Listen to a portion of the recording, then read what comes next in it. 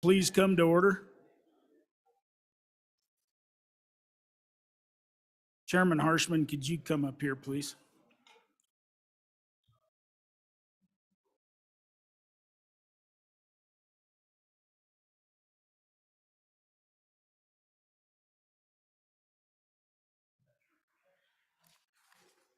We're still at that order of business of bills on second reading. The next bill for our consideration is House Bill 195. House Bill 195, sponsored by Appropriations. American Rescue Plan Act Appropriations Amendments, an act relating to the emergency expenses of government.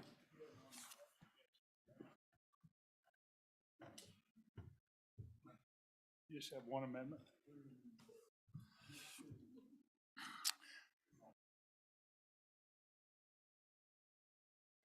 Okay, we have amendments. We have two amendments. The first amendment, Speaker Summers. Mr. Chairman, thank you. I'd like to move second reading amendment number 1 to House Bill 195 and ask for your favorable consideration. So what this amendment does is it brings in into the bill $10 million of American ARPD money, American Recovery Plan Act money. And then you'll see basically the meat of the amendment is starting on line 13, and it says of this appropriation to the office. So what it does is it takes 10 million and it puts it into the health care construction piece of the ARPA program. So we had a program that was stood up. Many communities came to it that provided funding for medical health facilities. So this is putting even more money than the Appropriations Committee did into that pot of money. And then from that pot of money, I'm pulling $15 million of that money into a separate pot to help pay any inflationary cost pressures that occurred to those projects that were approved this last go around. So in other words, if there were medical facility projects, like one in my community that's got money, if that inflationary pressures have caused those to go up, they can apply to SLIB and then would be able to maybe get approved for some inflationary dollars. So that's what the amendment does. On the amendment, first time, Representative Larson Lloyd. Thank you, Mr. Chairman, and members here on the floor today. As I presented this bill the other day, we made note that there is about $17 million left of these ARPA funds that are available for expenditure for the House to use, and of course we voted on some of those. And so, I think we're of the opinion you have good ideas, and we'll vote the way you need to. So, have no opinion. Good job, Mr. Speaker. Anyone else, first time? Amendment number 1, Chairman Nicholas? No? Okay. Nobody else? Okay. Are you moving the mic? Can't resist. It's your chance. Here we go. First time on the amendment. Representative Hornock. Mr. Chairman, thank you. So I just want to get this straight. We're putting $5 million into a fund where, these projects, I guess, are already funded, maybe even already bid. So we're putting $5 million into a fund just in case the cost goes up. To me, that kind of incentivizes the cost going up. Right now, the construction material cost is quite reasonable at the moment, anyway. But anyway, and then is there a specific project with that $10 million of extra funding? Just wanted to know those questions. Thanks. Okay, any other members first time on amendment number 1? Representative Davis. Yes, Mr. Chairman. Being familiar with water projects and things like that, most generally when these projects are bid, there's a contingency fund already built into the original bid price. Is that applicable in these, or do you know? Would be my question. Okay, very good. Any other members first time? Amendment number 1. Seeing none, moving to second time for the sponsor. Okay, Speaker Summers. So, Mr. Chairman, just to kind of reiterate, so the $10 million, I believe the good Vice Chair of Appropriations said there was 17 million available on the goldenrod, so this was money that had not been appropriated. So I put this into that account where, where there was already some more dollars going for healthcare facilities, and then carve out 15 million of that, basically for inflationary pressures of existing projects that had been approved. And as far as contingency funds, I'm sure these projects around the state, including the one in my community, they're getting money from different places. So as far as a contingency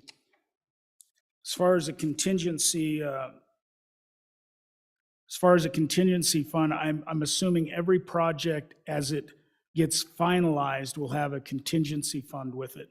But this is really trying to put together all the pieces of the project. And as these projects have been developed, and maybe the inflation is now slowing down on materials, those costs that had been bid to them have gone up in many places, and this is just an attempt to give those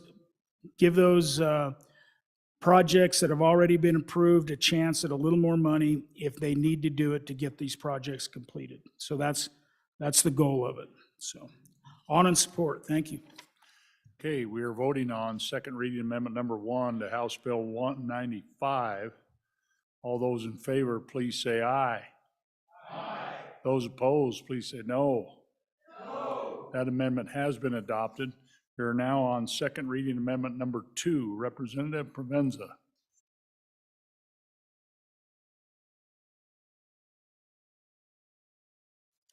Thank you, Mr. Chairman. I move second reading amendment number 2 to House Bill 195 for your favorable consideration. Currently, right now, the state of Wyoming lacks a coordinated, no wrong door human services system. Many of you have probably experienced phone calls from constituents where folks are calling you with a problem. They're not quite sure who to go to, and maybe you're even stumped. I think probably a similar scenario that everybody in this room can understand is first coming to this body and then not knowing, who do I talk to about water? Who do I talk to about this thing or that thing? Unfortunately for us, we have LSO, and LSO can help us navigate to these resources of information. And so right now what we're seeing are that there's a gap between where folks need to go and where they know they need to go. So they're not necessarily getting maybe to the right places, or maybe they need help with filling out paperwork, but they just don't know who to talk to. And so the issue is that the services that we have aren't necessarily being utilized to the extent that they could be and really benefiting the people of Wyoming. Fortunately, there's a solution for that, and this amendment comes to you. This was something that was considered in this bill with appropriations. It's an idea and a program that has come from the chief executive's office. So it's been, thought through this process, and now we have these exceeding dollars that we haven't spent yet in this, and so trying to make sure that we utilize those dollars. In addition, what this does is these family resource centers are community-based, and they help connect communities and create focused hubs of support and resources that provide referrals to different services, resources, programs, and targeted services specifically based on needs of individuals and their families from pre-birth to death. Right now, there's ample evidence nationally to utilize these types of services. We've seen in some counties a 45% reduction in cases of child abuse and neglect because families were able to access the services to kind of help mitigate the issues. Other counties have seen that there's a significantly lower rates of child maltreatment investigations. This is something that I'm passionate about, that I think a lot of people in this room are also passionate about, is making sure we're protecting our youth in this state. And states that implement these types of programs have seen a 20% increase in self-sufficiency. So not only is it a benefit to the people of Wyoming, it's potentially fiscally responsible. So initially this ask from the chief executive's office was for $5.5 million. I've cut that amount in half. I think that will give us a great opportunity to get this more solidified, provide some evidence for that it is working and that we should continue with it. So I ask for your favorable consideration. Chairman Washit for your first time. Thank you, Mr. Speaker. Just a question either for the bringer or maybe somebody from committee number 2. If all 17 million of this remaining dollars are not appropriated when we go home in a few weeks, what happens to that money? Representative Davis for your first time. Mr. Chairman, I mean, this sounds like a admirable plan, but my question, was this funded in the 22 budget? Is this a supplemental that we're looking at here? And are there people currently there to implement this? Or are we going to have to hire, with this additional funding, have to hire more people in order to put it out to the people that are on the receptive side? And Representative Larson for your first time. Thank you, Mr. Chairman. Just to answer the good chairman of Judiciary's question, there's like 4 years, I think, through 26 that we have to spend those funds. And so if they weren't all appropriated or committed this year, they could be brought back next year for consideration. Governor has some flexibility in there as well. And as we saw in the CARES money, some of those come back periodically, and we reappropriated those. So allocated by 24, spent by 26. So we'd have one more bite at the apple. Representative Rodriguez Williams for your first time. Thank you, Mr. Speaker. Just a question for the bringer of the amendment. I'm just curious how many centers there are in the state and where they're located. Anybody else for their first time? Representative Ottman for your first time. Thank you, Mr. Speaker. And additional questions to the bringer of this. A while back, I was made aware of a program called 211, and at that time, they were trying to get on the ground, and they said one of the hardest things to do was to get the word out that they were in fact in the state of Wyoming and that they were available to do, I'm just trying to, they did things with aging and disabilities, basic needs. Anyway, what they did was they were like a networking place where you would call the 211 and then they would tell you where to call for you. Maybe if you needed help with your utilities, maybe if you needed mental health. But anyways, that program, as far as I know, is in effect. And I was just wondering if you knew about that and if you knew if this would work with that or in place of that, or if it's similar. Okay. Thank you. Anybody else for their first time? Representative Yin for your first time. Mr. Speaker, just first for a second. Anybody else for their first time? Representative Hornock for your first time. Thank you, Mr. Chairman. A question on this is, do we have that entity in place to kind of divvy these dollars out? It goes under just the American Rescue Plan direct appropriations. I don't know who is necessarily in control of that. And then I'm curious as well if any of these family resource centers deal with family planning in relation to abortion type of services. Thank you. Anybody else for their first time?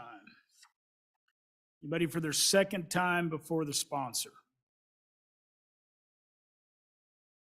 Representative Yin for your second time.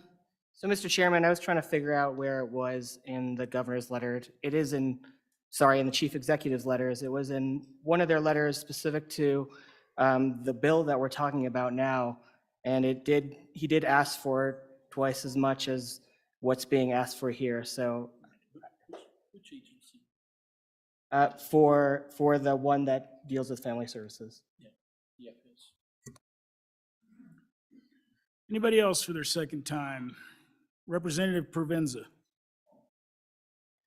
Thank you, Mr. Chairman. So to the question of what happens with money that goes back, I believe the good vice chair and of committee number 2 answered that. I will say that there are going to be reversions from some agencies that didn't expend all of those funds. So I anticipate some more funding that we couldn't necessarily spend. And then to the question on, are we needing to hire people?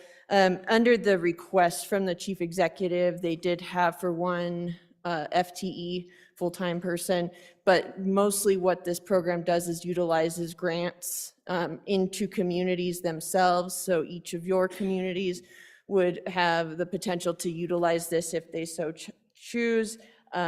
There are programs right now that exist. I don't know off the top of my head the number, unfortunately, but I do know that Laramie County has a program, and it has been wildly successful in being able to connect people to the services that they can utilize. And then to the question about the 211 program, what this will do is it provides further support. So it will work in conjunction with 211. But what it can do in addition to that is kind of that more in-depth help with families. So if you're struggling with some of the, maybe it's bureaucratic paperwork or whatever you need to bring to be able to utilize that service, this is something that family resource centers can help with. And to the question about abortions, no, not everything's about abortion. This certainly wouldn't do that. So, Mr. Speaker, I ask for your favorable consideration. All those in favor of second reading amendment number 2 to House Bill 195 signify by saying aye. Aye. All those opposed? No. Second reading amendment number 2 to House Bill 195 is passed. Division being called. All those in favor, please stand.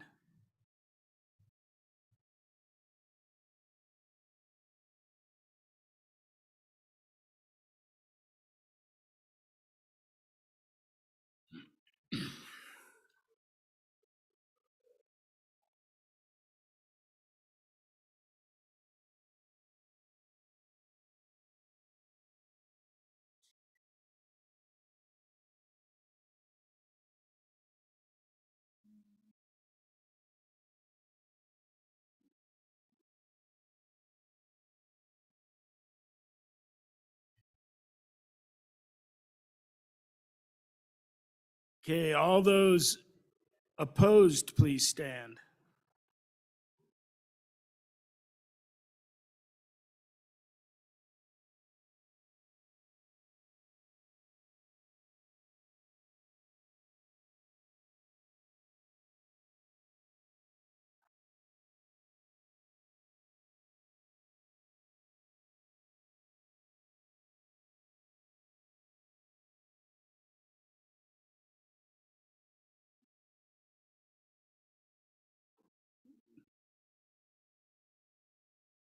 Count them again.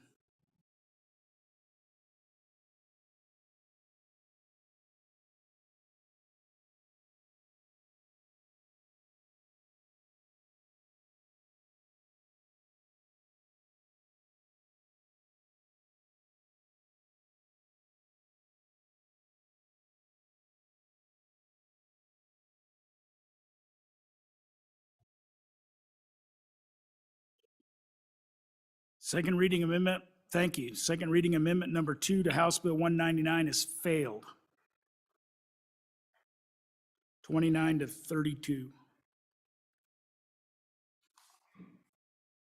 House Bill 195, having been read 2 separate times, the question is, shall the bill be read a third time? Hearing no objection, it is so ordered. The next bill for our consideration is House Bill 199. House Bill 199, sponsored by Representative Conrad. License plate decal, breast cancer awareness, an act relating to motor vehicles. House Bill 199 having been read two separate times, the question is, shall the bill be read a third time? Hearing no objection, it is so ordered. The next bill for our consideration is House Bill 200. House Bill 200, sponsored by Representative Northrup. Non-resident hunting licenses, application fees, an act relating to game and fish. House Bill 200 having been read two separate times, the question is, shall the bill be read a third time? Hearing no objection, it is so ordered. The next bill for our consideration is House Bill 208. House Bill 208, sponsored by House Appropriations. School Foundation Program Reserve Account Investments, an act relating to school finance. House Bill 208 having been read two separate times, the question is, shall the bill be read a third time? Hearing no objection, it is so ordered. The next bill for our consideration is House Bill 209. House Bill 209, sponsored by Capital Finance. Hathaway Scholarship Accounts, Transfer Timing, an act relating to education. House Bill 209 having been read two separate times, the question is, shall the bill be read a third time? Hearing no objection, it is so ordered. The next bill for our consideration is House Bill 222. House Bill 222, sponsored by Representative Summers. Colorado River Advisory Committee, an act relating to water. House Bill 222 having been read two separate times, the question is, shall a bill be read a third time? Hearing no objection, it is so ordered. The next bill for our consideration is House Bill 270. House Bill 270, sponsored by Representative Northrup. Improvement and Service Districts Limitation, an act relating to improvement and service districts. House Bill 270 having been read two separate times, the question is, shall the bill be read a third time? Hearing no objection, it is so ordered. The next bill for our consideration is House Bill 276. House Bill 276, sponsored by Representative Wiley. Shed Antlers and Horns Permit, an act relating to game and fish. House Bill 276 having been read two separate times, the question is, shall the bill be read a third time? Hearing no objection, it is so ordered. The next bill for our consideration is House Bill 279. House Bill 279, sponsored by Representative Knapp. Voter identification requirements, an act relating to elections. House Bill 279 having been read two separate times, the question is, shall the bill be read a third time? Hearing no objection, it is so ordered. The next bill for our consideration is House Bill 284. House Bill 284, sponsored by Representative Walters. Collection Agency Regulation, Debt Buyers, an act relating to collection agencies. House Bill 284 having been read two separate times, the question is, shall the bill be read a third time? Hearing no objection, it is so ordered. The next bill for our consideration is House Joint Resolution 2. House Joint Resolution 2, sponsored by Representative Summers. Constitutional Amendment, Residential Property Class. A joint resolution providing for the assessment of residential real property as a separate property class for the purpose of taxation and authorizing subclasses related to residential real property. House Joint Resolution 2 having been read two separate times, the question is, shall the bill be read a third time? Hearing no objection, it is so ordered. The next bill for our consideration is House Joint Resolution 3. House Joint Resolution 3, sponsored by Representative Winter. Wild horses and burrow best management practices. A joint resolution requesting the United States Congress to enact legislation and make other necessary policy changes to allow federal land management agencies and agency partners to implement best management practices for wild horses and burros by allowing for equine slaughter and processing for shipment to accommodate markets inside or outside the United States. House Joint Resolution 3 having been read two separate times, the question is, shall the bill be read a third time? Hearing no objection, it is so ordered.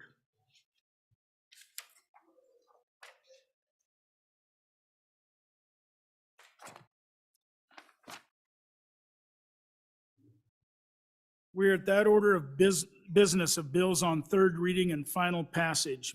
Mr. Majority Floor Leader. Mr. Speaker, I move the consent list consisting of the following bill. House Bill 175. Excuse me? I didn't hear you. 175, okay. What's that? Yeah, it's not a consent list at that point, so. If 171 was not a part of it, then if it was already pulled off by somebody, otherwise I have two on my consent list, 171 and 175. And this one has amendments. 171 has amendments, so we'll just go to regular reading. So with that, We'll go to regular reading and Chief, I think we'll,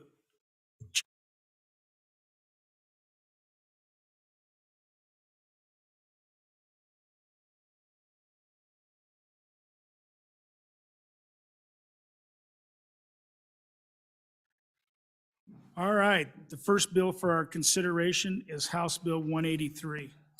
House Bill 183, sponsored by Appropriations, Parimutuel and Gaming Activities Amendments, an act relating to gaming being enacted by the legislature of the state of Wyoming. Representative Knapp.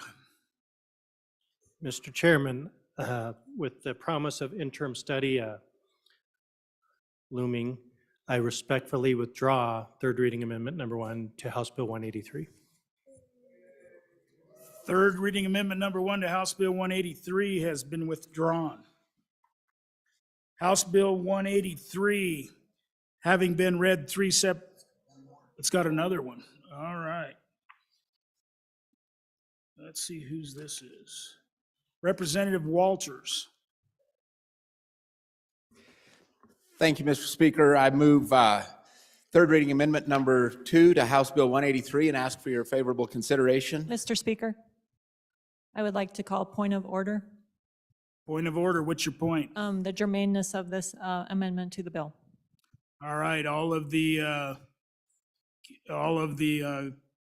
Rules Committee come to the front, and somebody might wheel the good chair of TRW up to the front so she can present her case.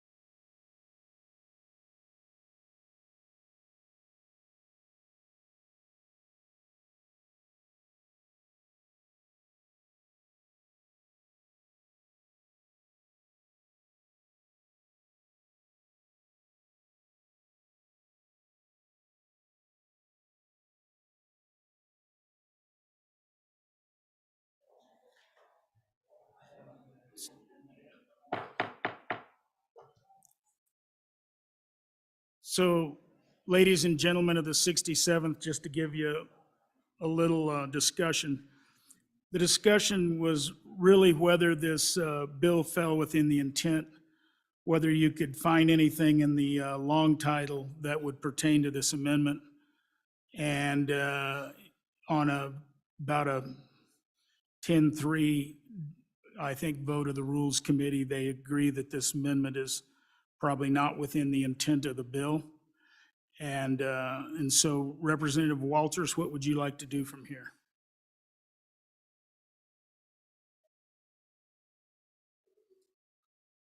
Thank you, Mr. Speaker. After deep consideration, I would hope that the parimutuel and horse racing industry out there recognizes that the many members of this legislature are starting to be concerned by the amount of growth in the historic side and not the amount of growth in the live race days.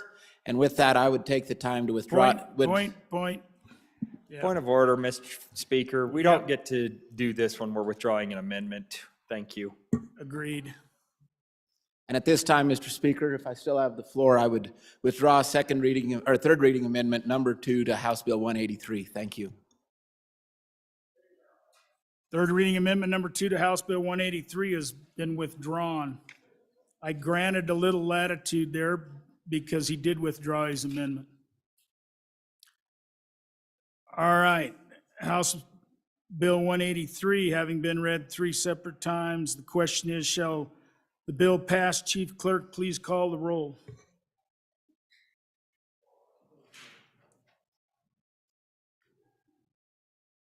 Allemand? Allemand? Allred? Andrew? Angelos? Banks? Bear? Berger? Brown? Burkhart? Byron? Chadwick? Chestick? Clauston? Conrad? Prego? Davis? Eklund? Haroldson? Harshman? Heiner? Henderson? Hornock? Jennings? Knapp? Larson Lloyd? Larson JT? Lawley? Locke? Nyman? Newsom? Nicholas? Nemec? Northrup? Oakley? Obermuller? O'Hearn? Olson? Ottman? Excused. Pendergraft? Penn? Provenza? Rodriguez Williams? Sherwood? Singh? Slagle? Smith? Stiff? Storer? Strock? Stivar? Tarver? Trujillo? Walters? Ward? Washut? Western? Winter? Wiley? Yin? Swanitzer Dan? Swanitzer Dave? Speaker Summers? Aye. Are there any changes? Allemand? Aye to no. Provenza? Aye to no. Further changes? Closing vote. Vote closed. 37 aye, 25 no. House Bill 183, having received the affirmative vote of the majority of the members elected to the House, House Bill 183 has passed the House. The next bill for our consideration is House Bill 171. House Bill 171, sponsored by Representative Byron. Notice of state land leases and local opportunities, an act relating to state lands, being enacted by the legislature of the state of Wyoming.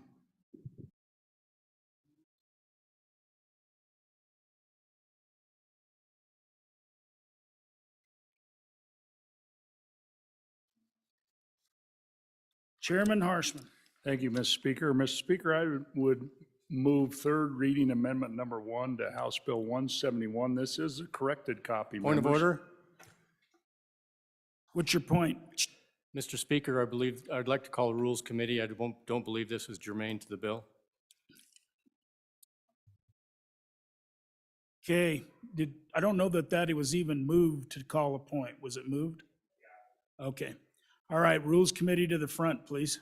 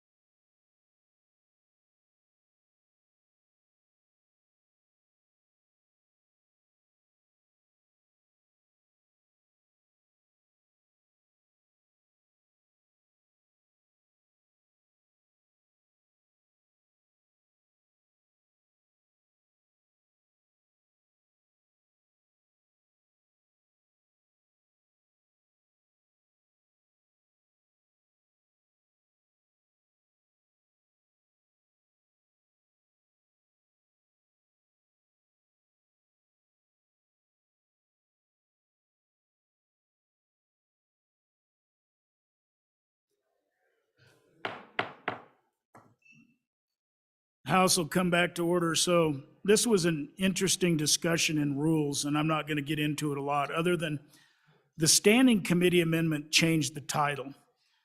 And perhaps, I think everybody agreed because of that change in the title in the standing committee amendment, that probably this amendment would have been within the title of the original bill, but not maybe after it got changed. But the committee was, I think, pretty strong on the fact that this was in fact within the intent of the bill, germane to the bill.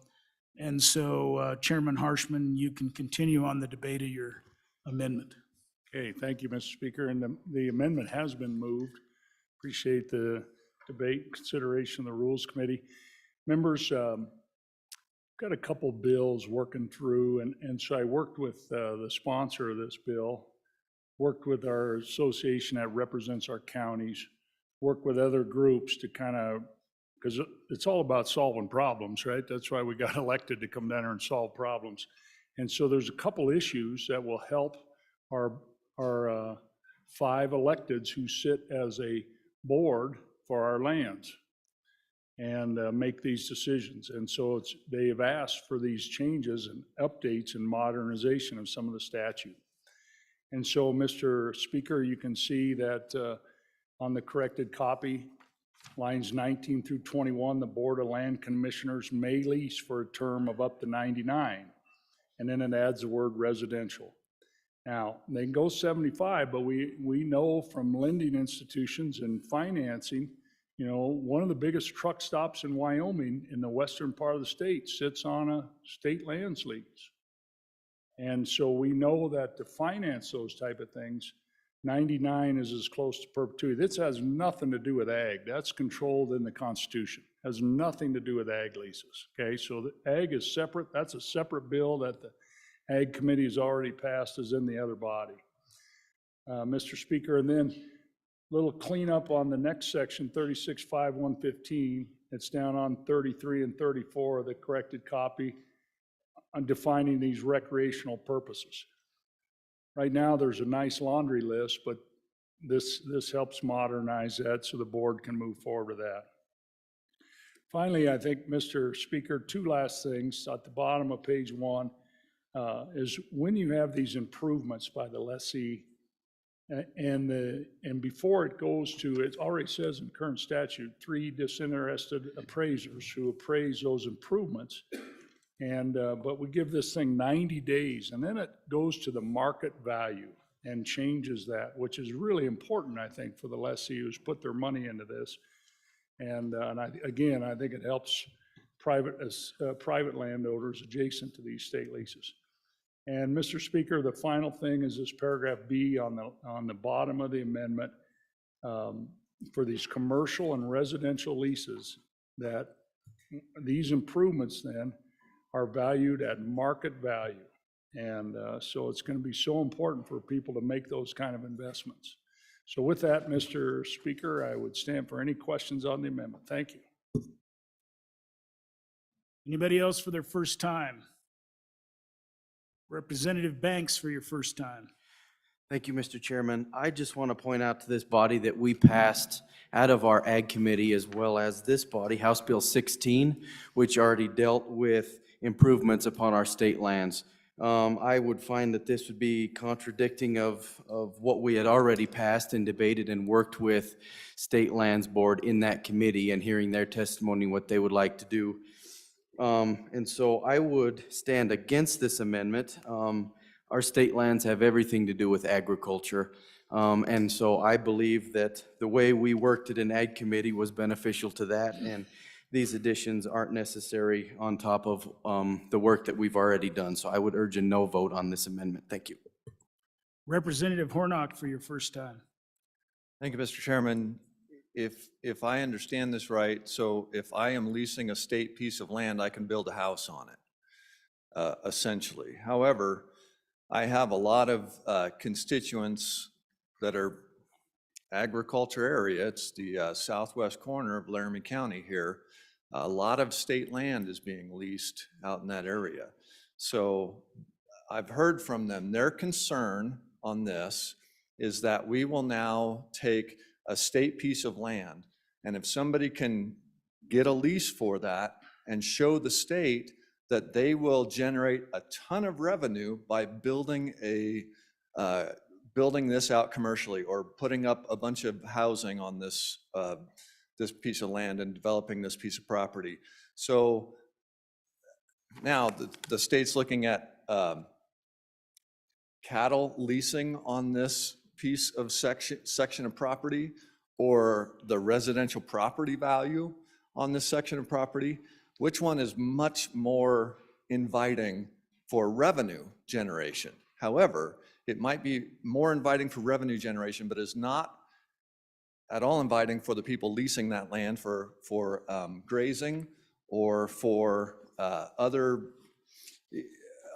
things. So we're taking away the ability of a lot of our ranchers to lease state land, because it's now the state is going to be looking at how much revenue they can generate from that state piece of land, and it takes away me as the general public from then being able to enjoy that state land a little bit. So I would urge a no vote on this one. Thank you.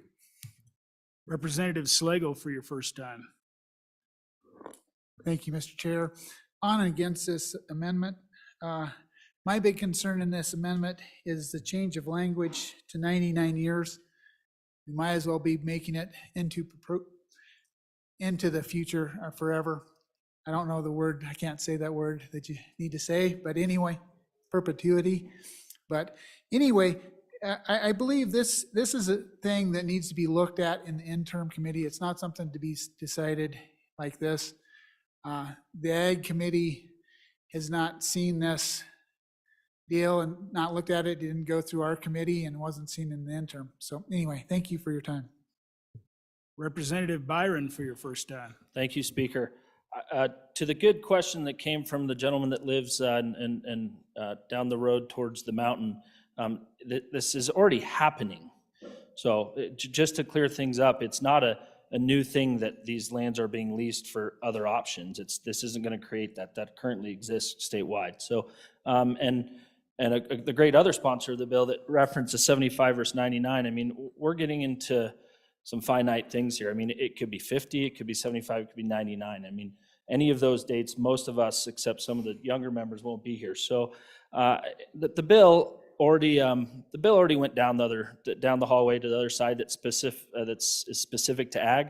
This doesn't speak any to ag, and if you read through all these 36.5 statutes, ag is continually protected on many levels. So I don't disagree that many items like this could be studied in the interim, but I urge a yes vote on this and a yes vote on the bill, as I think that it certainly strengthens other options to help all these the millions of acres we have at our wish.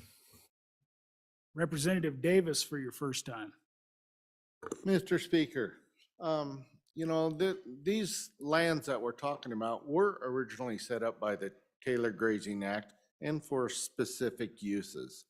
And I can see the good bringer of the bill's point, but I'm not sure that residential it should even be allowed on this. Number one, we are talking commercial on one side of the great state of Wyoming, and then to go along and put these residential plots on there, that would be kind of pushing the envelope, I would think, in my opinion. But the other question I have on top of that is, out there in the gas and oil industry and the trona industry, they're having to put up tremendous bonding in order to restore this ground after the 99 years back to the original state, just like our coal mines are and things like that. So are some of these things being considered with this? That's a question. Thank you. Representative Ottman for your first time. Thank you, Mr. Speaker. To go along with the last speaker, also just a question for all of this, and this is why these committees are so wonderful and to do this debate.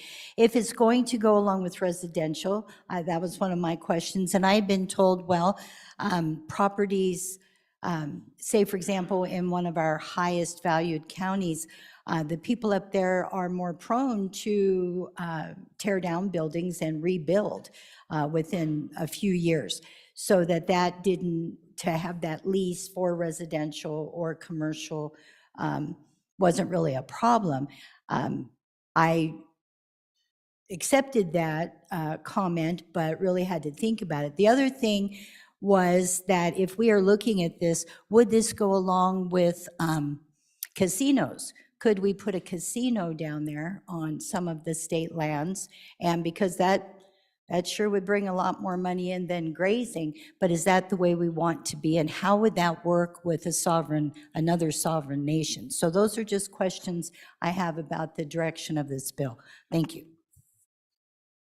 Representative Alaman for your first time.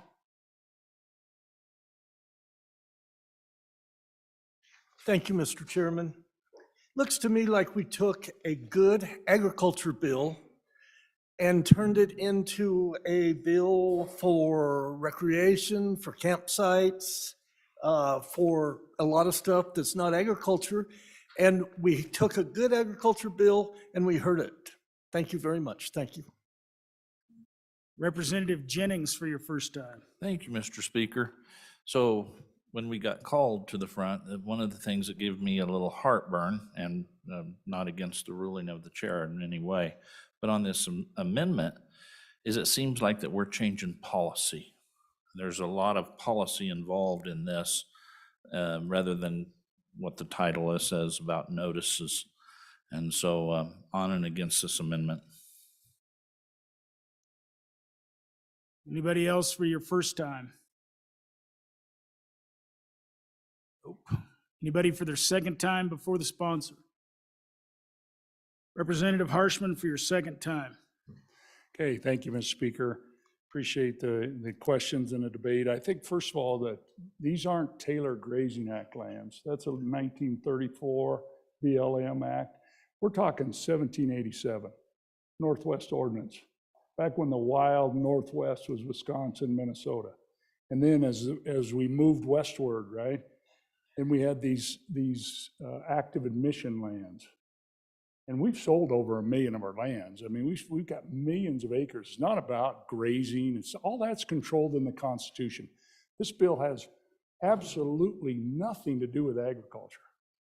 All the folks who've got grazing leases are paying for the animal unit, all that stuff, all their leases, all that stuff is not affected by this, one iota.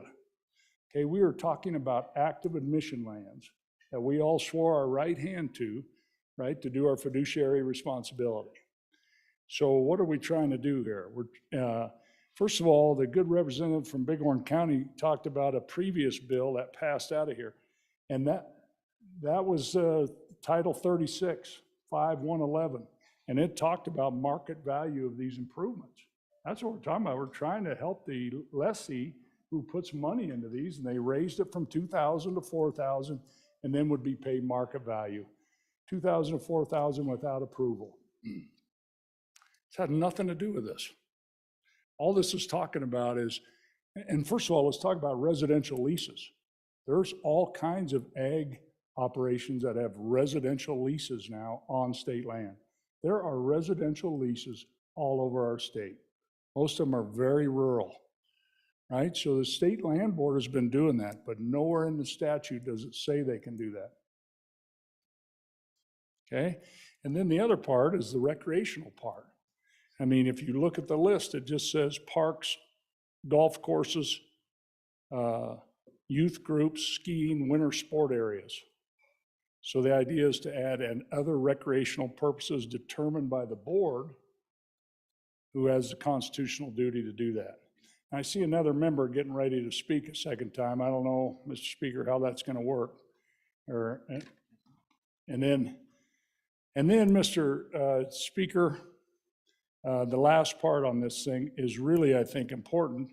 And I worked with the author of the bill and others, as I'd mentioned, is to really pay market value on these improvements. And then that helps the adjacent private landowner as well as the lessee to make sure that they're getting a fair return. So that's all we're trying to do is modernize this. So let's talk about state lands, and that came to the Revenue Committee.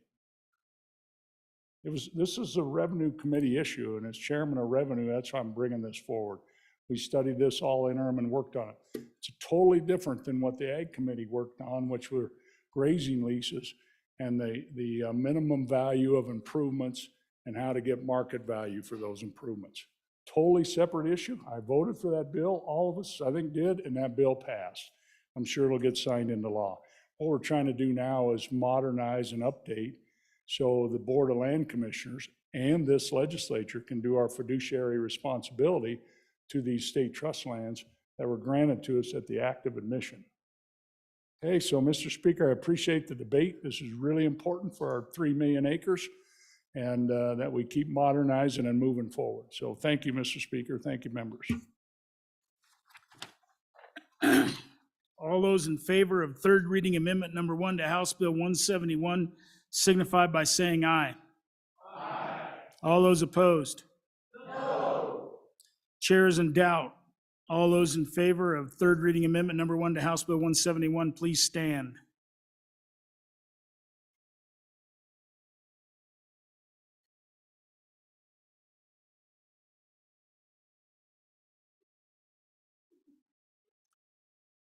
Everybody stand still.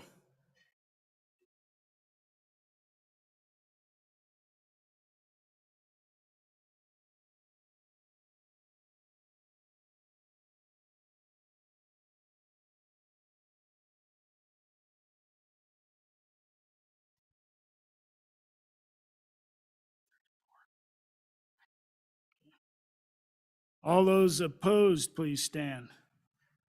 Less than 34. Third reading amendment number 1 to House Bill 171 has been adopted. House Bill 171 having been read 3 separate times, the question is, shall the bill pass? Chief Clerk, please call the roll. Alaman? No. Allred? Andrew? Angelos? Banks? No. Bear?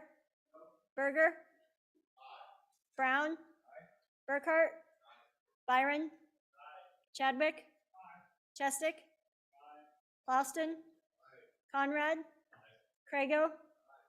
Davis? Eklund? Haroldson? Harshman? Heiner? Henderson? Warnock? Jennings? Knapp? Larson Lloyd? Larson JT? Lawley? Locke? Nyman? Newsom? Nicholas? Nemec? Northrop? Oakley? Obermueller? O'Hearn? Olson? Ottman? Pendergraft? Penn? Provenza? Rodriguez Williams? Sherwood? Singh? Slagle? Smith? Stith? Storer? Strock? Stivar? Tarver? Trujillo? Walters? Ward? Washit? Western? Winter? Wiley? Yin? Zwaniter Dan? Zwaniter Dave? Speaker Summers? Are there any changes? Closing vote. Vote closed. 36 aye, 26 no.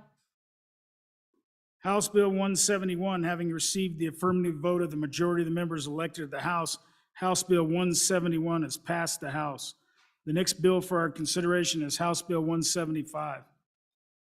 House Bill 175, sponsored by Representative Strzok, excused absence, state fair events, an act relating to student attendance, being enacted by the legislature of the state of Wyoming. I need to know, are there amendments? No amendments. All right, House Bill 175 having been read 3 separate times, the question is, shall the bill pass? Chief Clerk, please call the roll. Alaman? Allred? Andrew? Angelos? Banks? Bear? Berger? Brown? Burkhart?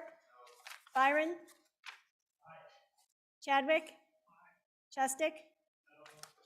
Clauston? Conrad? Crago? Davis? Davis? Eklund? Haroldson? Harshman? Heiner? Henderson? Warnock? Jennings? Knapp? Larson Lloyd? Larson JT? Lawley? Locke? Nyman? Newsom? Nicholas? Nemec? Northrop? Oakley? Obermuller? O'Hearn? Olson? Ottman? Pendergraft? Penn? Provenza? Rodriguez Williams? Sherwood? Singh? Slagle? Smith? Stith? Storer? Strock? Stivar? Tarver? Trujillo? Walters? Ward? Washut? Western? Winter? Wiley? Yin? Zwanitzer Dan? Zwanitzer Dave? Speaker Summers? Aye. Are there any changes? Davis? No to aye. Further changes? Closing vote. Vote closed. 45 aye, 17 no. House Bill 175, having received the affirmative vote of the majority of the members elected to the House, House Bill 175 has passed the House. Mr. Majority Floor Leader. Mr. Speaker, I move the House resolve itself into committee of the whole. You've heard the motion. All those in favor say aye. All those opposed, no. Motion carries. Representative Chadwick.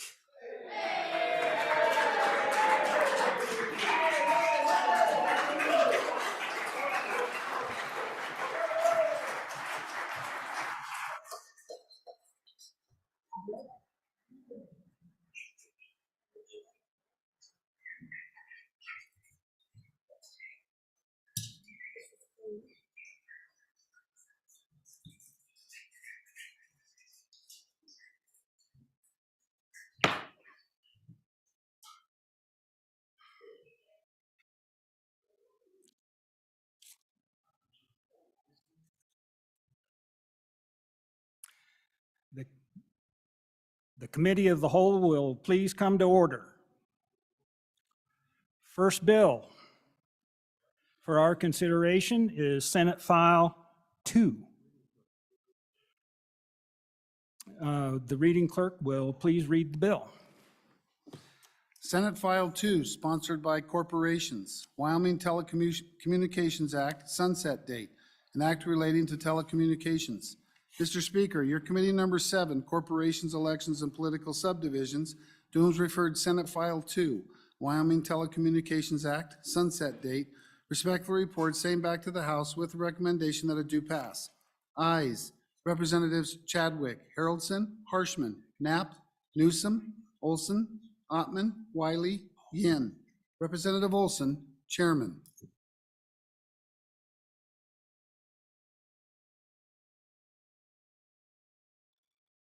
You have heard the reading of the bill. What is your pleasure? Chairman Olson. Thank you, Mr. Chairman. Move that when the Committee of the Whole rises to report that it do so with the recommendation that Senate File 2 do pass. There are no amendments on this bill, and I'll turn over the explanation of the bill to the good representative from Teton County.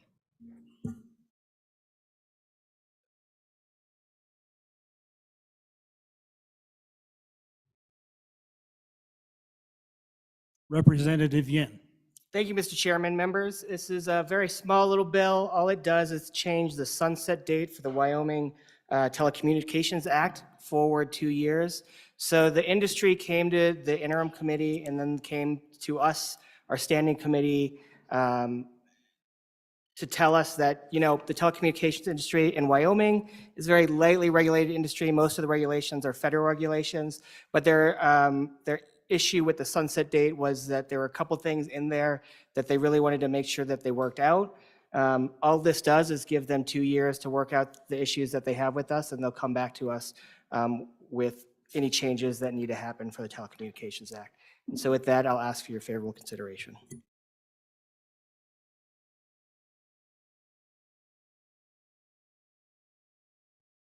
Question being called. All those in favor, say aye. Those opposed, no.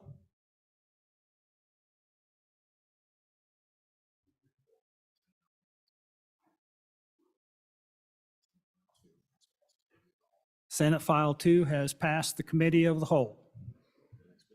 Next bill for our consideration, Senate File 4. The reading clerk will read the bill.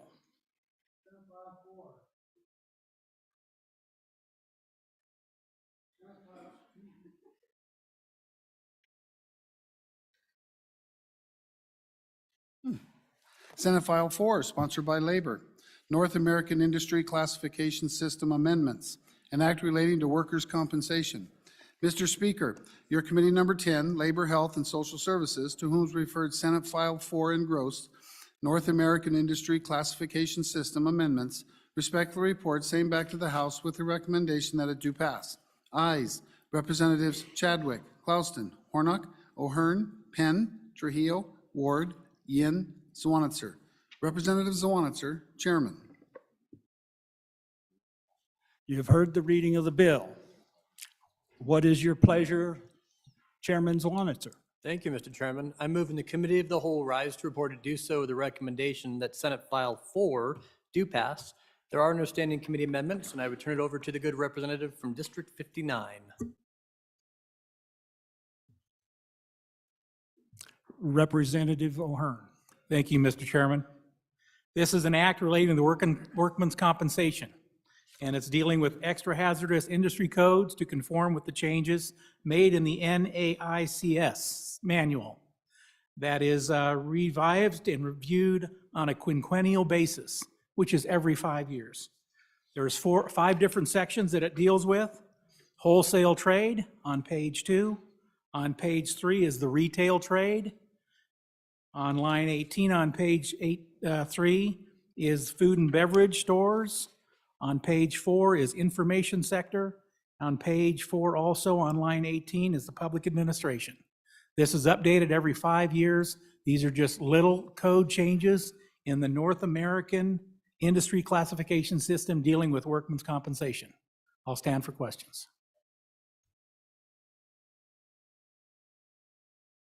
Question has been called. All those in favor of Chairman Zwanitzer's motion, when the Committee of the Whole rises to report,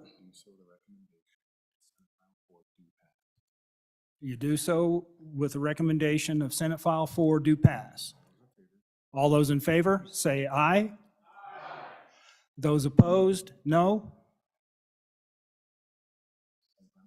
Senate File 4 has passed the Committee of the Whole. Next bill for our consideration is Senate File 13. The reading clerk will read the bill. Senate File 13, sponsored by corporations, bar and grill liquor license amendments, an act relating to alcoholic beverages. Mr. Speaker, your Committee Number 7, Corporations, Elections, and Political Subdivisions, to whom is referred Senate File 13 engrossed, bar and grill liquor license phase-out, respectfully report same back to the House with the recommendation that it do pass. Ayes, Representatives Chadwick, Harshman, Knapp, Newsom, Olson, Wiley, Yin. Noes, Representatives Haroldson, Ottman. Representative Olson, Chairman. You have heard the reading of the bill. What is your pleasure, Chairman Olson? Thank you, Mr. Chairman. I move that when the Committee of the Whole rises to report that it do so with the recommendation that Senate File 13 do pass. There are no standing committee amendments on this bill. I'll take over the explanation of the bill. Folks, this is a bill that is designed to increase and boost our tourist industry in Wyoming, along with supporting growth to our communities and diversification of our economies. So this bill does a couple of things with the bar and grill liquor license, which was created in 2006. What it does is it stair steps an increased number of bar and grill liquor licenses across a period of time. So in 2023, it allows for municipalities to grant additional bar and grill liquor licenses in their communities and counties. Then in 2028, it stair steps again another time to allow for additional licenses to be granted by the local authorities. And then in 2033, what it does is it eliminates statutory caps on the bar and grill licenses. So there's a stair-step approach working towards 2033, so a decade from now, where there will be no more statutory caps on the bar and grill liquor license. Again, the idea behind that is tourism, diversification, growth, and free markets. Finally, it does two more things. One, I'm not sure why this made its way into the bill, but it allows for an opened bottle of wine if you're consuming one at an establishment to take that to remove one partially consumed bottle of wine off-premise consumption, provided that the patron has purchased a full course meal and consumed a portion of the bottle of wine with the meal at the bar and grill premises. So that's kind of just an ancillary piece to what this is really dealing with, because again, it's about the number of licenses. And then there's one more thing that this does. So there was a Senate file moving through that came out of the Joint Corporations, Elections, and Political Subdivisions Interim Committee that was creating a new type of license called a tavern and entertainment license. So this would be separate and apart from your bar and grill license. At the end of the day, that was actually amended into the Senate File 13. That's why you have an engrossed version that came over from the Senate, a blue version of the bill, because of that was the major amendment that took place. And so what this bill says is that let me back up and explain this. A bar and grill license simply means that 60% of your revenue has to come from the grill portion of your business, and then 40% has to come from the bar or the alcohol sales. The entertainment and tavern license that was molded into this bill now says that 60% of your sales, if you're one of these licensees, has to come from entertainment and or the grill portion of your license. And then entertainment is defined there on page 2, lines 3 through 7. It means any activity designed to provide diversion or amusement regardless of the age required for the activity. So what we're really talking about are bowling alleys, golf simulating facilities, and things like that. Entertainment does not include adult entertainment as defined by the local licensing authority, or gambling. So it's not gambling, it's not adult entertainment, but it's everything else. But as this was described to us in committee by the advocates for it, it's really somebody who wants to run a virtual simulator or a golf simulator or a Top Golf type facility, if you've seen those, and they want to be able to provide food and they want to be able to provide liquor to their patrons. And I'll take any questions on the bill. Mr. Chairman, thank you.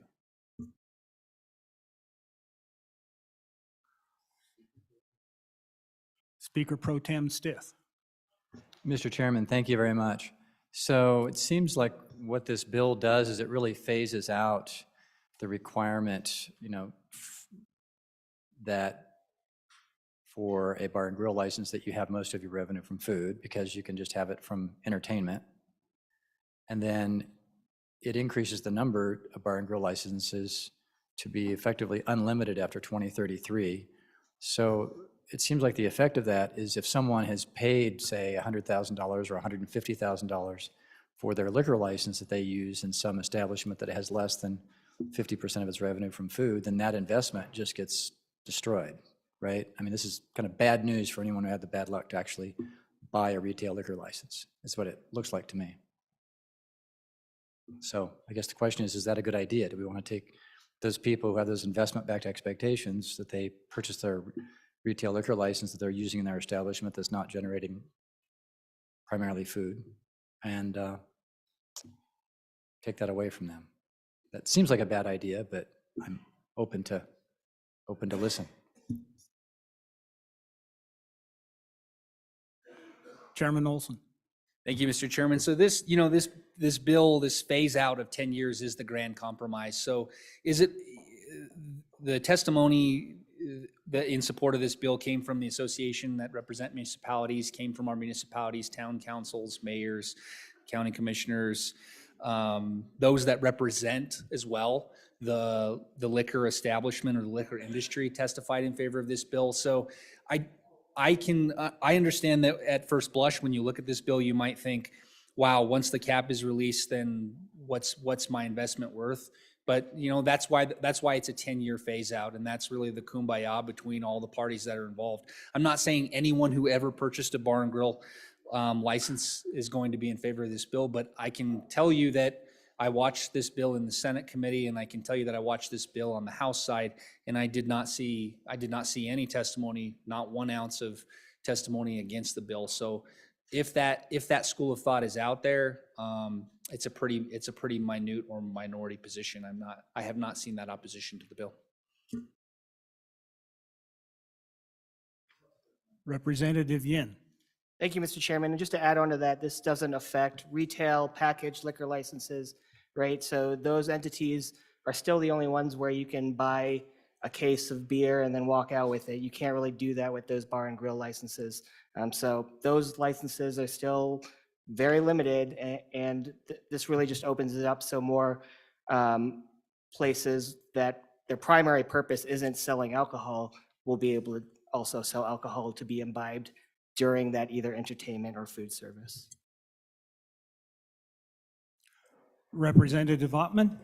Yes, thank you, Mr. Chairman. Just a point of thought, I will be bringing an amendment, second reading amendment tomorrow to put the cap back on there and 2033. So if that was a concern, that amendment will be coming tomorrow. Thank you. Chairman Newsom.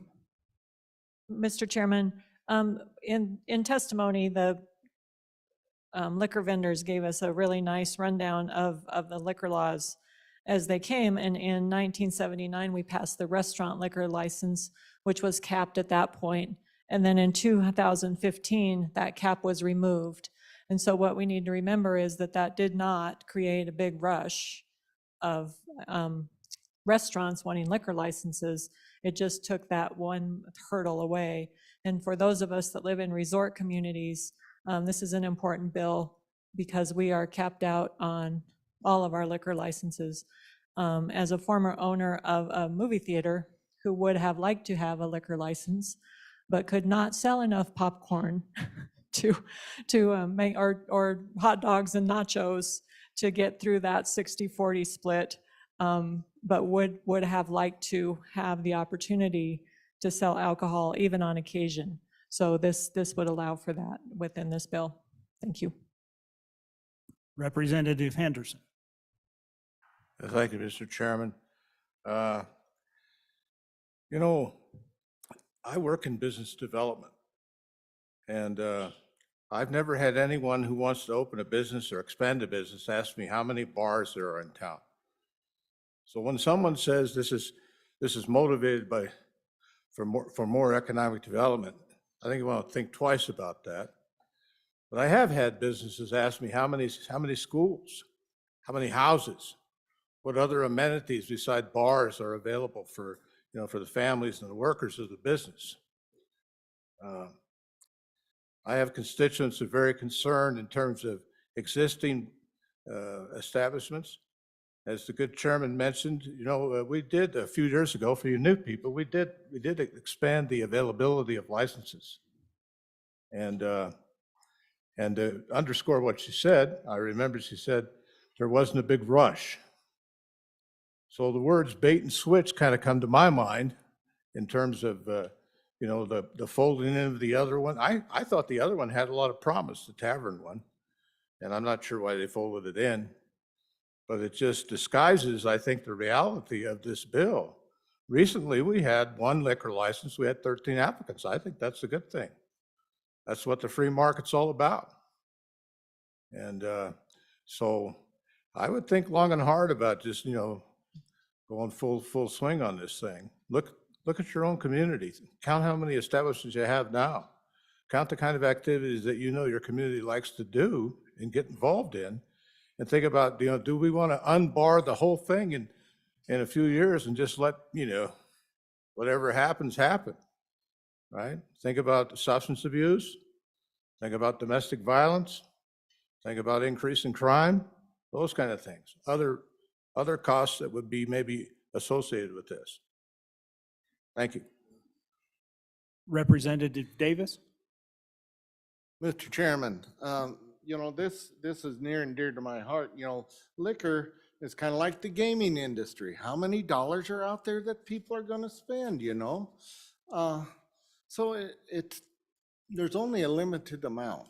But, most of these bars and restaurants, we've got 3 different types of liquor licenses in our little community, bar, restaurant that serves the food or the popcorn, whatever you want. And, we've got a beer distributor outside the city limits that can sell malt beverage.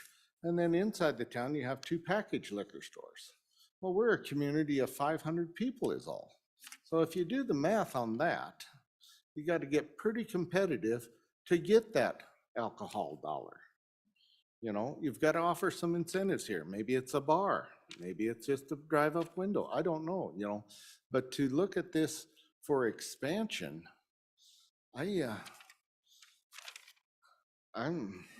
at odds against that. So there's only so much out here. For every liquor license, there is a willing buyer and a willing seller. These bars in packaged liquor stores have a vested interest in that. And a lot of times that's part of their ability to do the bank, the loan, their capital that they're tied in on. But anyway, I can run on later. Anybody has a question about it, I'll fill you in. Thanks. Chairman Olson? Thank you, Mr. Chairman. So I want to kind of reel this back in because it's spinning a little bit. It's been starting to spin a little off the wheels, and I think that's happening with just a misunderstanding of what type of licenses really exist. The good representative from House District 41 talked about bars. We are not talking about bars. In fact, all the testimony that we heard from our municipalities, from the liquor industry, specifically openly come out and said nobody wants to expand bars in communities. Bars are where the testimony we heard is that a bar is definitely where a lot of the negative activity occurs. What we're talking about is an entertainment bar and grill liquor license. Very different than a standalone bar. The food consumption is in there for a reason because that helps to mitigate the effects of alcohol on the patrons as they come and go. The entertainment portion of it is family friendly, is enticing to growth in a community. I'll give you an example. Over the weekend, I took my family, my 3 young kids. I went south of the border and I went to an establishment that's well known for family activities. And it had laser tag, and it had a bowling alley, and it had a miniature golf course. It had a ropes course, and it had a racetrack, a go-kart racetrack. And then it also sold beer and wine. And that's what we're talking about. That's the type of establishment that fits within this license.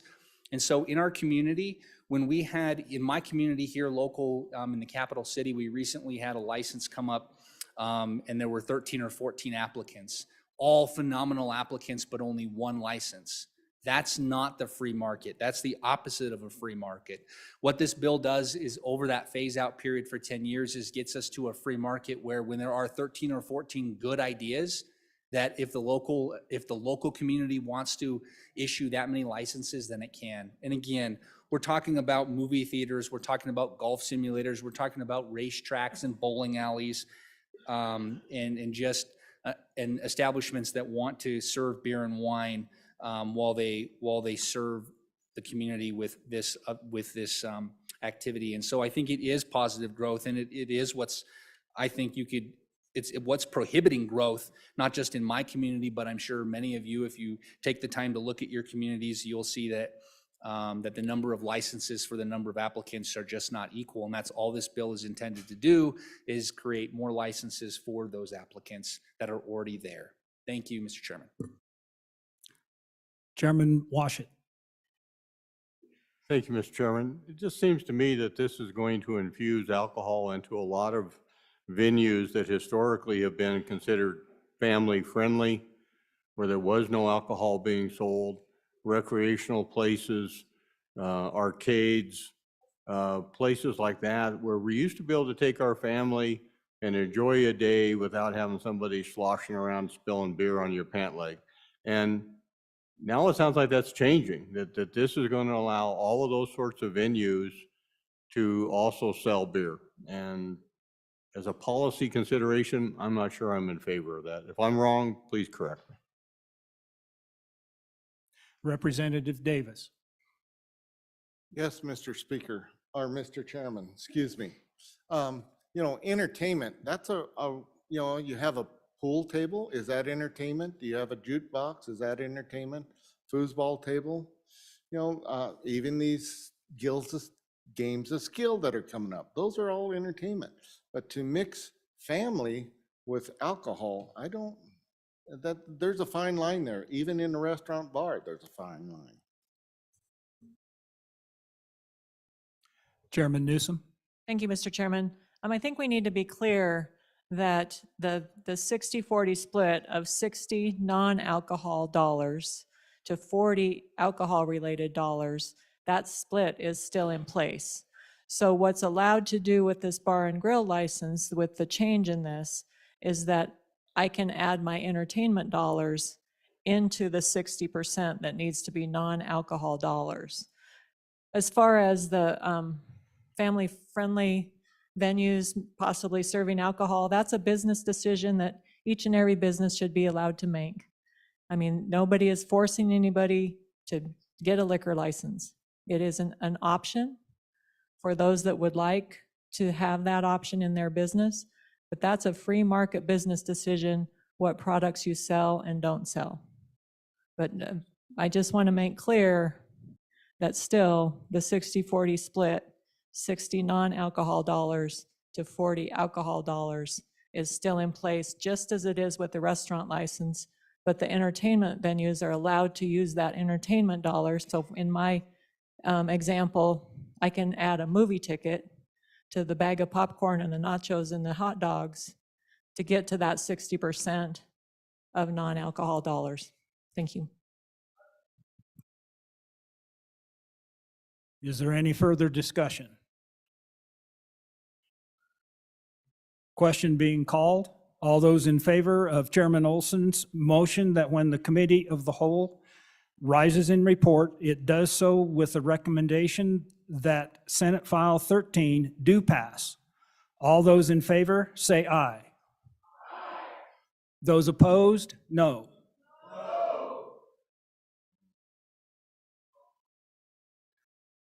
The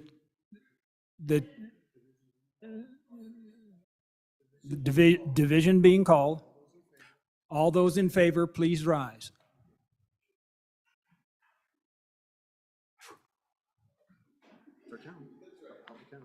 I get to stand too, don't I?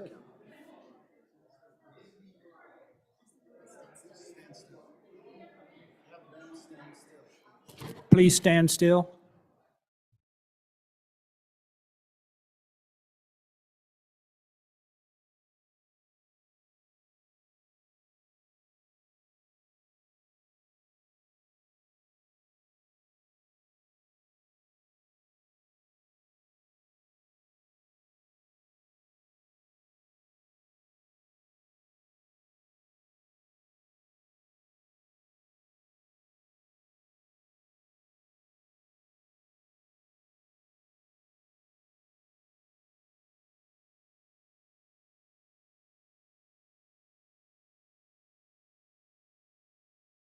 All those opposed?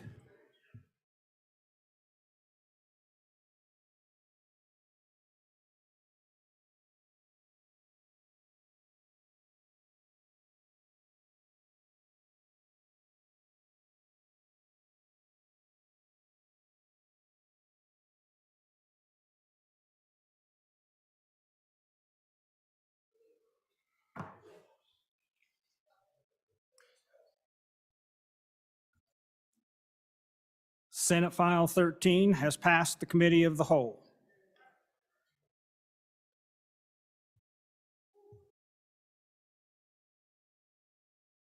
Next bill for our consideration. Senate File 23. Reading clerk, please read. Senate File 23, sponsored by Judiciary. Treatment courts, transfer to judicial branch. An act relating to courts. Mr. Speaker, your committee number 1, Judiciary, to whom is referred Senate File 23 engrossed. Treatment courts, transfer to judicial branch. Respectfully report, same back to the House with the recommendation that it do pass.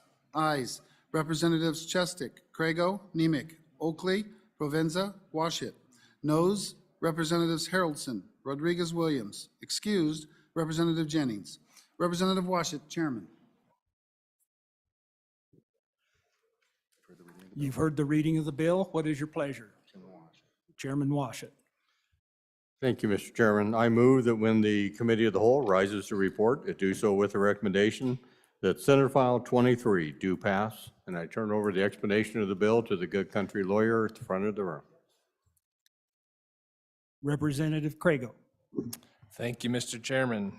Members, I bring to you Senate File 23 today and ask for your favorable consideration. This is a bill that we worked over the interim in Joint Judiciary Committee. It was actually brought to us by both of the government entities involved, both the Department of Health and the judicial branch.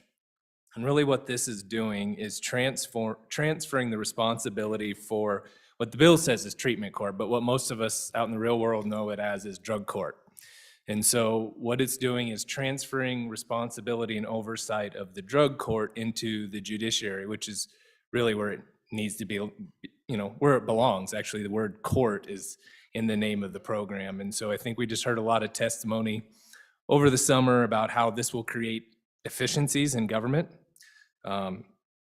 and will allow us to run the program where it actually belongs. If you've never been to one, your judge, your local judge actually runs the program anyways. And so that's the interface between the Department of Health and the courts, I think, has just caused a lot of extra work over the years that doesn't need to be there. The Department of Health will still be involved when it comes to the treatment providers that are within the drug court. They'll still have the ability to oversee that particular part of their program, make sure that those people are the right people within the program, that they have the right certification, et cetera.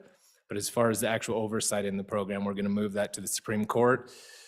That's really all the bill does. It is 29 pages, and those are really all conforming amendments, just changing the statutory references and moving them to where they need to be within the right title so that it aligns with the judiciary. And if you have any questions, I'd be ready for those. Thank you.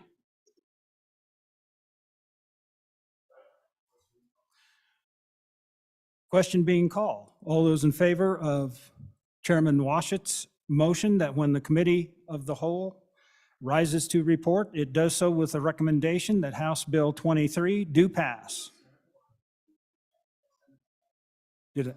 Senate File 23 do pass. All those in favor say aye. Aye. Those opposed, no. Senate File 23 has passed the Committee of the Whole.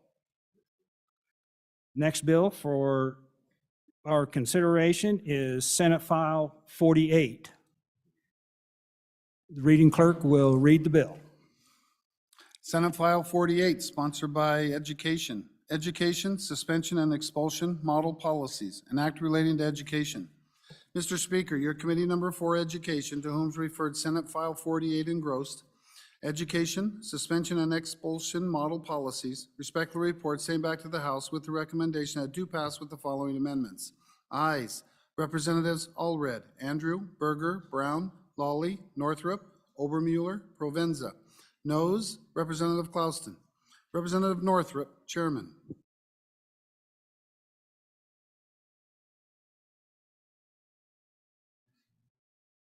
You've heard the reading of the bill. What is your pleasure, Chairman Northrup? Thank you, Mr. Chairman. I move that when the committee of the whole rises to report it, do so with the recommendation that Senate File 48 do pass. And I will also move the House Standing Committee Amendment number 1 to 48. And we'll explain the bill. As you can see on this bill, this is asking for model policy. We have asked the superintendent or their designee to put the policy together many times. This one's to do with harassment. So we're looking at discipline and suspension, expulsions of students requiring reporting. And the thing about this is that it's not required for districts to pick it up and use it. So they're going to develop, the superintendent will develop rules, policies outlining the best practices for the reasonable punishment and discipline of students under Wyoming policy, under Wyoming statutes, and basically just says state superintendent or designee will do it. Maximum student retention and academic success being the main goal of this. We just want to keep these kids being educated and in school somehow. No school district shall be required to accept these model rules and policies. The standing amendment is that we change it from July 1 to November 1, and I call question on the standing amendment. Question on Standing Committee Amendment number 1. All those in favor, say aye. Aye. All those opposed, no. Standing Amendment number 1 has passed the Committee of the Whole. We're back on the bill. Thank you, Mr. Chairman. I stand for questions.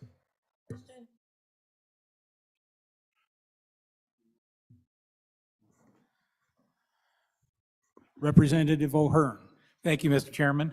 If they don't have to adopt the rules and don't have to follow them, why are we making them, why are we asking the superintendent to make these rules and policies?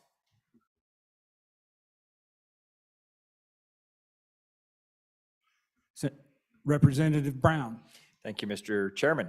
So good question, and that question was actually raised during conversation, and one of the things to keep in mind is a lot of smaller school districts don't have the resources available like some of the larger districts do to hire an attorney, go through all the entire process of what an expulsion may look like, everything along those lines. So they develop these model policies to help the smaller school districts and all school districts, legitimately to hone in and say, these are some of the best practices that are out there, and this is what we would recommend from a Department of Education. But we here in this body and the body down the hall truly do honor that local control aspect. So we provide this guidance, and then we hope that these local school districts will make that choice, and they'll get to hear from the parents and the teachers that are closer to the process as opposed to us at the state dictating that downwards.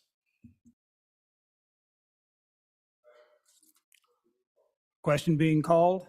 All those in favor of Representative Northrup's motion that when the Committee of the Whole rises in report, it do so with the recommendation that Senate File number 48 do pass. All those in favor say aye. Aye. Those opposed, no. Senate file has passed the Committee of the Whole. The next bill for our consideration is Senate File 77. The reading clerk will read the bill. Senate File 77, sponsored by Minerals, Public Works Apprenticeship Programs, repeal, an act relating to city, county, state, and local powers. Mr. Speaker, your Committee Number 9, Minerals, Business, and Economic Development, to whom is referred Senate File 77, Public Works Apprenticeship Programs, repeal. Respectfully report, same back to the House with the recommendation that it do pass. Ayes, Representatives Banks, Burkhart, Conrad, Heiner, Knapp, Larson, Lawley, Tarver, Western. Representative Burkhart, Chairman.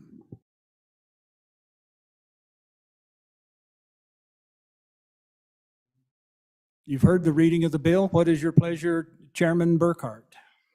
Thank you, Mr. Chairman. I move that when the Committee of the Whole rise to report, it do so with a recommendation that Senate File 77 do pass. There are no standing committee amendments, and I turn the explanation of the bill over to the good representative from the southwest corner of the state.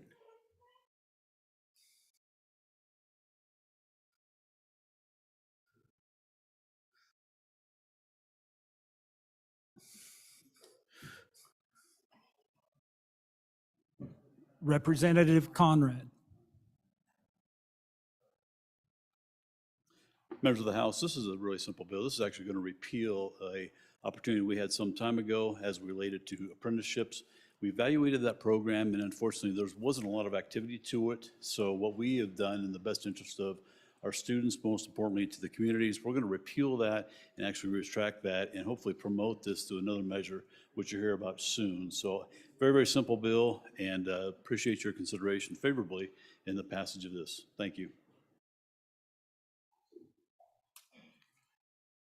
Is there any other discussion on the bill? Representative Davis.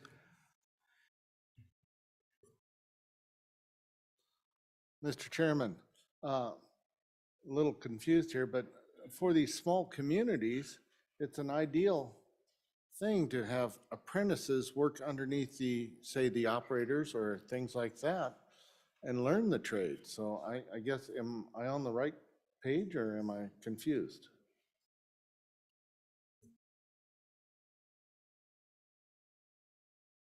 Representative Conrad. Mr. Chairman, thank you. And to the good representative from the southwestern corner, I think you'll be very pleased to understand that we are going to actually enhance this program specifically as it relates to House Bill 78, which you'll hear about it within just a few minutes, which I think will more than adequately promote apprenticeships within the respective schools and actually build upon what we have done already. Chairman Northrup. Excuse me, Chairman Burkhart. Thank you, Mr. Chairman. So a little bit of explanation more. I've had some people ask me. The apprenticeship program that is being repealed was put in statute in 2007. To this date, it has never been used, or it was used only once on a small project. It affects mostly state building projects. And that to use an apprenticeship program, it gave some consideration on cost of about 1%. It's never been used. We felt that there are better ways to handle apprenticeship programs and make them available throughout the state. When over the years, this body has done that. We have a pretty good apprenticeship program in place for things. This was just to clean the books from a program that has never really been used. And with that, I would call for the question. Representative Conrad. Question being called. All those in favor of Chairman Burkhart's motion that when the committee of the whole rises to report, it do so with the recommendation that Senate file number 77 do pass. All those in favor say aye. Those opposed, no. Senate File 77 has passed the Committee of the Whole. The next bill for our consideration is Senate File 78. The reading clerk will read the bill. Senate File 78, sponsored by Minerals, Apprenticeship and Job Training Promotion in Schools, an act relating to education. Mr. Speaker, your Committee Number 9, Minerals, Business and Economic Development, to whom is referred Senate File 78, engrossed, Apprenticeship and Job Training Promotion in Schools, respectfully report same back to the House with the recommendation that it do pass. Ayes, Representatives Banks, Burkhart, Conrad, Heiner, Knapp, Larson, Lawley, Tarver, Western. Representative Burkhart, Chairman.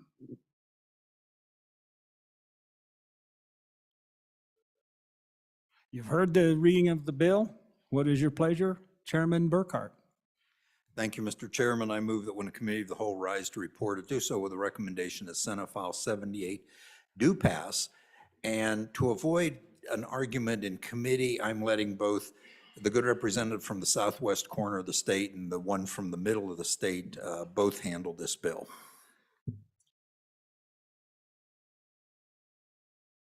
Representative Lawley. Okay, Representative Conrad. Mr. Chairman, thank you. I think that overall, as you have studied this bill, representatives, that you will find this is a very, very positive one. And to address the issue that was, more importantly, a question that was asked previously, I want to share with you the 3 objectives of this bill. Specifically, the first one is to require the Department of Workforce Services to provide information to secondary students in Wyoming on apprenticeships and on-the-job training programs. The second component of this is specifying duties of school boards and trustees. But the portion that I think is extremely relevant here is to require a report, because I think we all know what gets measured gets results. I also don't want to take too much of the time for Representative that will speak after me, but I want to share with you just a question more importantly, and it's rhetorical in nature. We generally have the sentiments that, older generations really don't feel that the younger people have a good work ethic. We've heard about that, we've talked about that. So really we ask ourselves, what's wrong with this generation? I'll tell you what's wrong with this generation. The problem is the generation is privileged, narcissistic, entitled, and spoiled.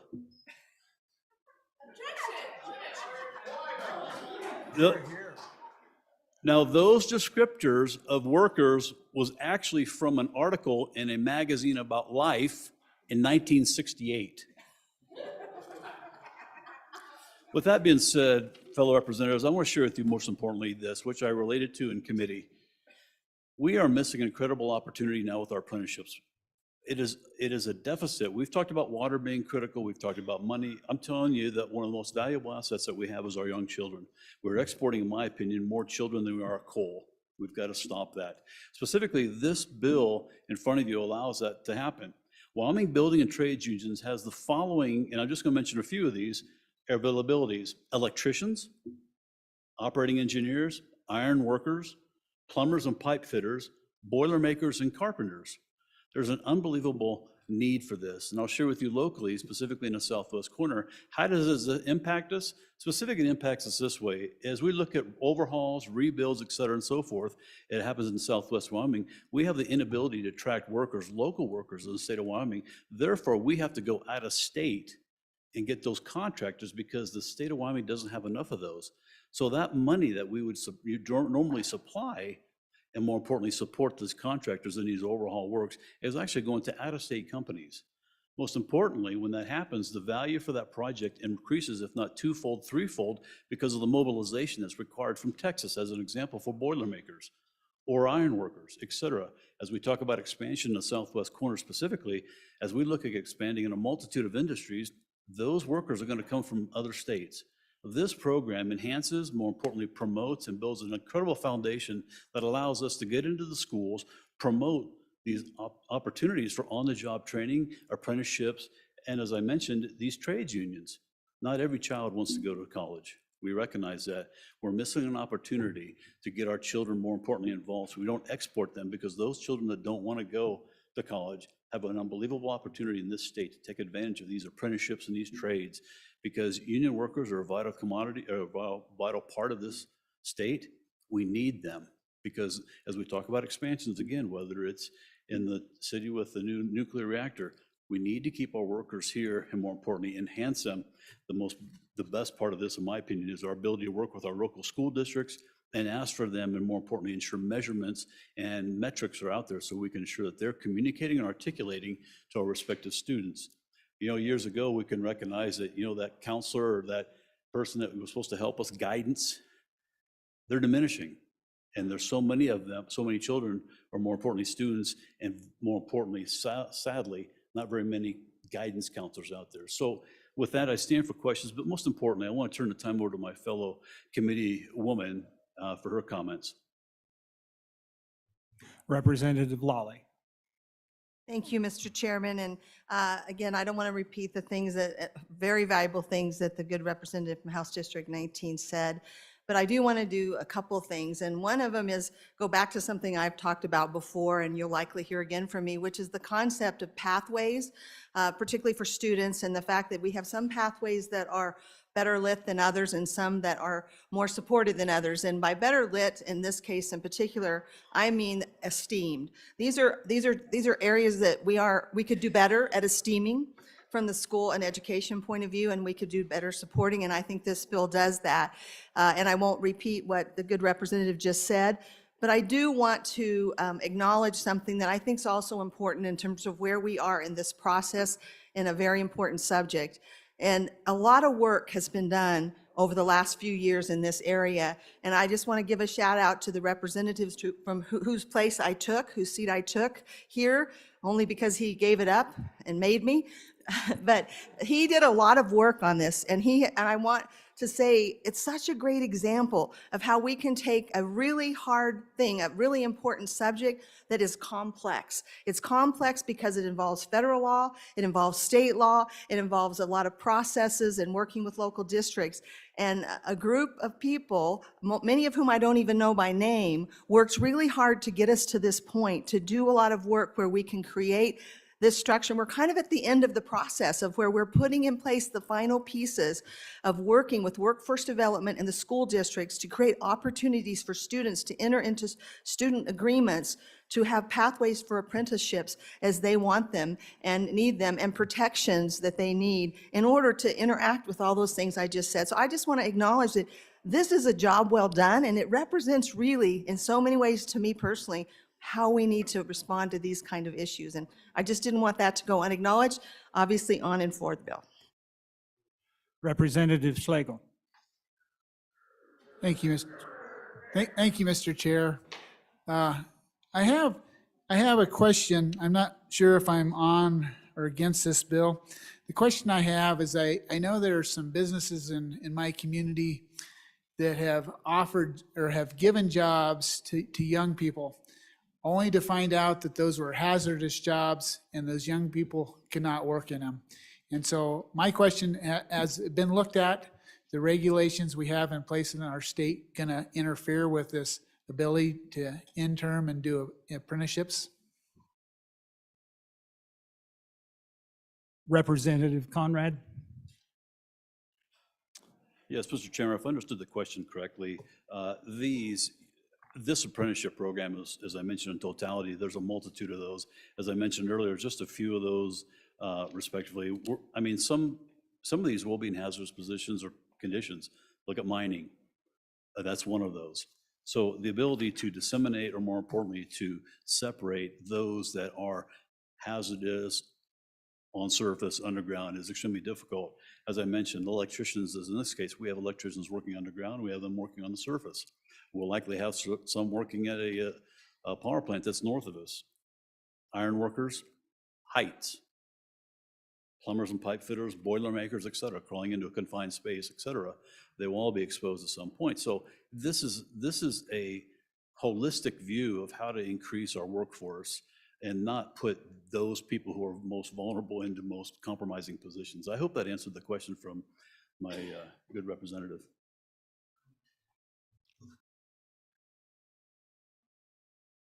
Chairman Eklund.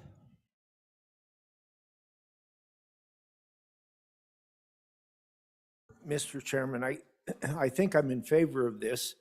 And I need the attention of the fellow who's presented it. You mentioned operating engineers, and I don't know what those are. I thought they already had a college education, but this pertains to something else. And so the previous program we're repealing was a dismal failure, it sounds like. And why is this one different? And what things are you bringing that will make this one successful? Representative Hornock. Thank you, Mr. Chairman. My question is actually very similar. We just repealed a provision. If that bill goes through, we will stop an apprenticeship program that is tailored to companies and doing public work projects. And we're starting an apprenticeship program in schools, is what it sounds like, or pushing that direction. One was not utilized. How do we know one will be? And then, I guess I kind of just want some justification on how do we know this will be utilized? Because, like I have said before, we're not going to solve, because what Wyoming is. We're not going to solve our labor shortage problems. We will forever have a difficulty getting an army of electricians, an army of plumbers, an army of mining workers. So we're going to continue to have that difficulty. We're going to continue to live in an environment where if we have these big projects, we're going to get the out-of-state contractors that come up and deal with those projects, which kind of is the way that it is. So I just want to make sure that what we're trying to do with this, we know is going to help and do something when one system hasn't been. Thanks. Representative Pendergraft. Thank you, Mr. Chairman. On and undecided on the bill.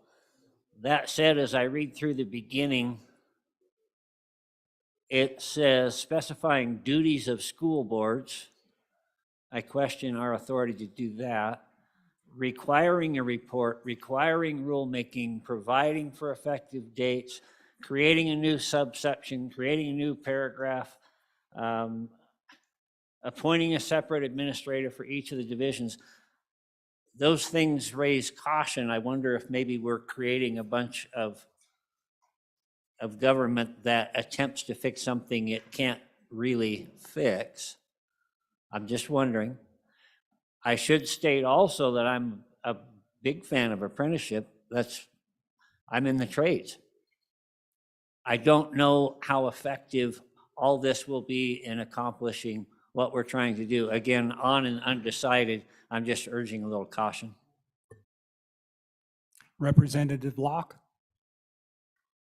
Thank you, Mr. Chairman. And just a question, kind of adding on to that, I noticed there was a 60-day number in there, and is that enough time? Is that not enough time? I'm just throwing that out. Honestly, I don't know. People who've thought about this far more than me know if that's the right amount of buffer. So I was just throwing that out as a question, really. Is there any other discussion? Representative Conrad? Thank you, Mr. Chairman. Just, I got a page and a half of questions here, so let me try and nail those down to 3. First off, the good representative surrounding operating engineers. Operating engineers in this case are a number of different disciplines. Specifically, we're looking at heavy equipment, cranes, CDLs, etc. The second part is, why will this work now instead? There's no guarantees, obviously, for anything, but the beauty of this is that we have metrics available. We form a relationship, unlike we did before, with the respective school districts through their board of trustees to ensure that that communication is happening for education and enlightenment of opportunities that children, or students in this case, have. That didn't happen in the last program we had. We didn't have that conduit. Most importantly, we didn't measure it. As I mentioned before, earlier in my testimony, that what gets measured gets results. And based on that, the success or their lack of, we can determine specifically, is this working or not? We can notice that it is a value from a key performance indicator. In fact, how many kids are actually going into these respective trade unions, et cetera. So I hope that answers that. And lastly, the 60 days, I do believe, we've talked about that extensively. That was a question. We do believe we can have this, but most importantly, it comes to us as respective students, or more importantly, parents, et cetera, and as us as legislators to ensure that our school boards are effectively executing and that we're moving forward. And I do believe, based on my conversations with our local school district, they are in favor of this and look forward to this opportunity. Thank you. Any further? Representative Harrelson? Thank you, Mr. Chairman. So my community is a community that has not used or utilized these types of concepts in the school system, but there is an overwhelming desire from the trades in our area to make this become reality. We need to start looking for this as an option, you guys, because there's a lot of students that their natural bend won't be to go to the university or go to one of our community colleges, and that's not a bad thing per se, because that's just the way they are. And so you put them in that box and they're going to fail in that box, and they're going to cost a lot of money, and they're going they're going to walk down that road. And instead, maybe one of these students, their goal is they would love to be able to go into the trades and use their hands, and this is a great way to do it. So is this the all-encompassing answer? Probably not, but at least it's moving the bubble in the right direction to get an idea going forward. So I would definitely recommend that we vote aye on this, get it moving. Let's get an idea of how we can start utilizing a dual-track education system that's going to put kids into the trades, or we might even be able to keep our kids in our own counties, in our own state. So on and for, let's get this thing voted through. Question being called. All those in favor of Chairman Burkhart's Senate motion that when the committee of the whole rises in report, it do so with the recommendation that Senate File 78 do pass. All those in favor say aye. Aye. Those opposed, no. Senate File 78 has passed the committee of the whole. Next bill for our excuse me, we have a privilege of the floor. Representative Heiner. Mr. Chairman, privilege of the floor, please. I'd like you to notice on the gallery on the north side, we have some dignitaries from the southwest corner of the state. We have Mr. Carl Allred, who was recently released from being the Secretary of State. We have Alan Yagi, who was a member of this chamber from 2013 till 2017. And we have Elizabeth Jackson, I'm sorry, Biffy. Elizabeth Jackson, who is the GOP chairman for the Uintah County GOP. Please welcome them to the chamber.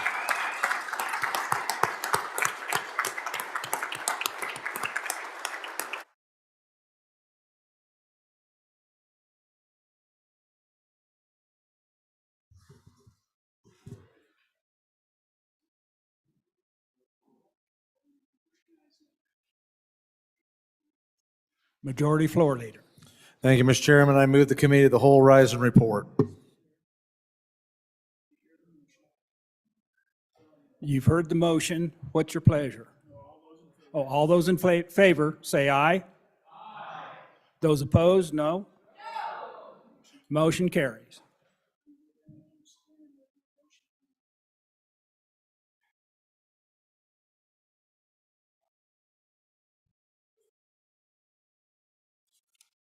Reading clerk, please read the committee of the whole report. Mr. Speaker, your committee of the whole, having had under consideration bills on general file, begs leave to report as follows. Senate File 2, do pass. Senate File 4, do pass. Senate File 13, do pass. Senate File 23, do pass. Senate File 48, do pass amended. Senate File 77, do pass. Senate File 78, do pass. Representative Chadwick, Chairman.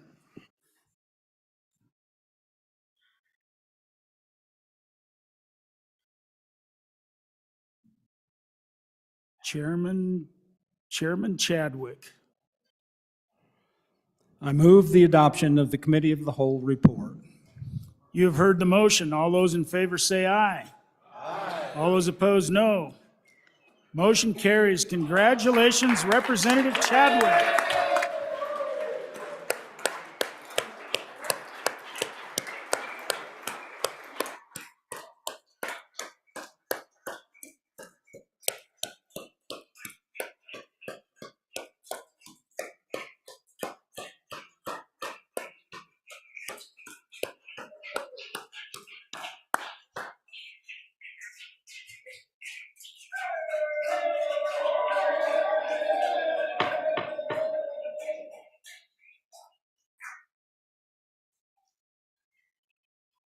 All right, do we have any messages from the Senate? Messages from the Senate. Message 264. Mr. Speaker, the bill listed below passed the Senate on third reading in an amended form by the vote indicated. Senate File 159, Stop ESG, Eliminate Economic Boycott Act. Ayes 25, noes 6. Message 265. Mr. Speaker, the bill listed below passed the Senate on third reading in an amended form by the vote indicated. Senate File 172, Stop ESG State Funds Fiduciary Duty Act. Ayes 17, noes 14. Sincerely, Ellen Thompson, Senate Chief Clerk. Reports from standing committees.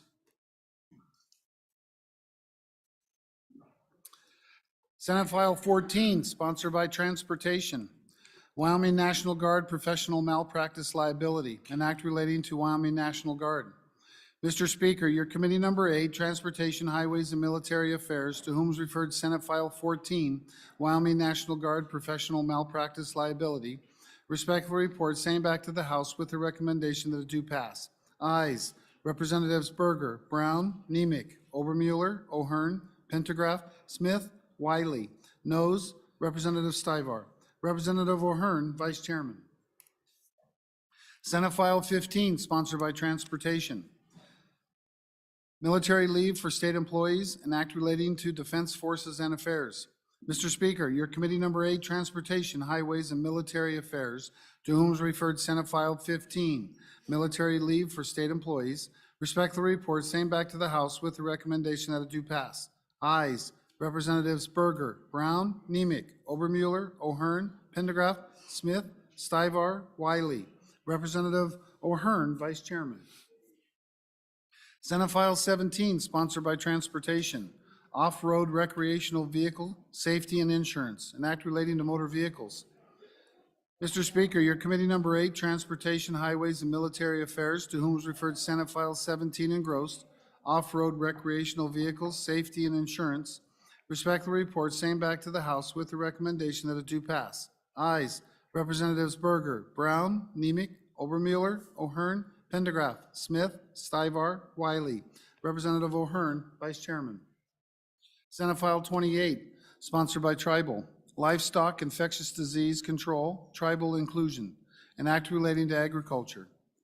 Mr. Speaker, your committee number 5, Agriculture, State and Public Lands and Water Resources, to whom is referred Senate File 28 engrossed, Livestock Infectious Disease Control, Tribal Inclusion, respectfully report same back to the House with the recommendation that it do pass. Ayes, Representatives Alaman, Allred, Banks, Conrad, Crago, Davis, Eklund, Slagle, Winter.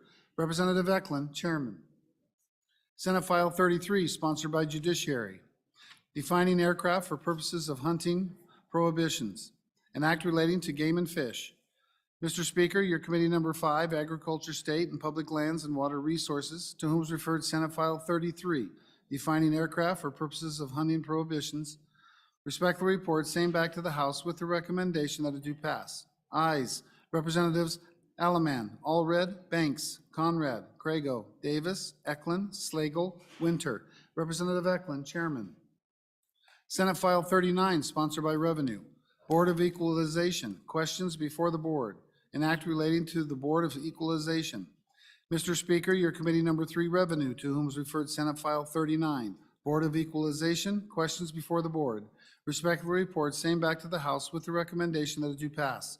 Ayes, Representatives Bear, Byron, Harshman, Locke, Northrop, Oakley, Storer, Strzok, Zwanitzer. Representative Harshman, Chairman. Senate File 42, sponsored by Revenue, taxation of cigars, an act relating to tobacco taxes. Mr. Speaker, your committee number 3, Revenue, to whom is referred Senate File 42, engrossed, taxation of cigars, respectfully report same back to the House with the recommendation that do pass with the following amendments. Ayes, Representatives Bear, Byron, Harshman, Locke, Northrop, Oakley, Storer, Strzok, Zwanitzer. Representative Harshman, Chairman.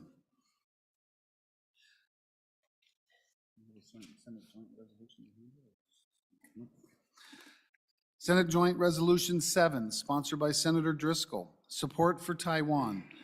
A joint resolution in support of Taiwan.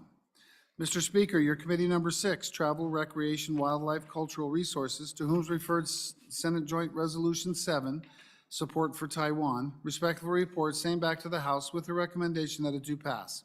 Ayes, Representatives Angelos, Burkhart, Byron, Larson, Newsom, Singh, Storer, Western, Winter. Representative Newsom, Chairman.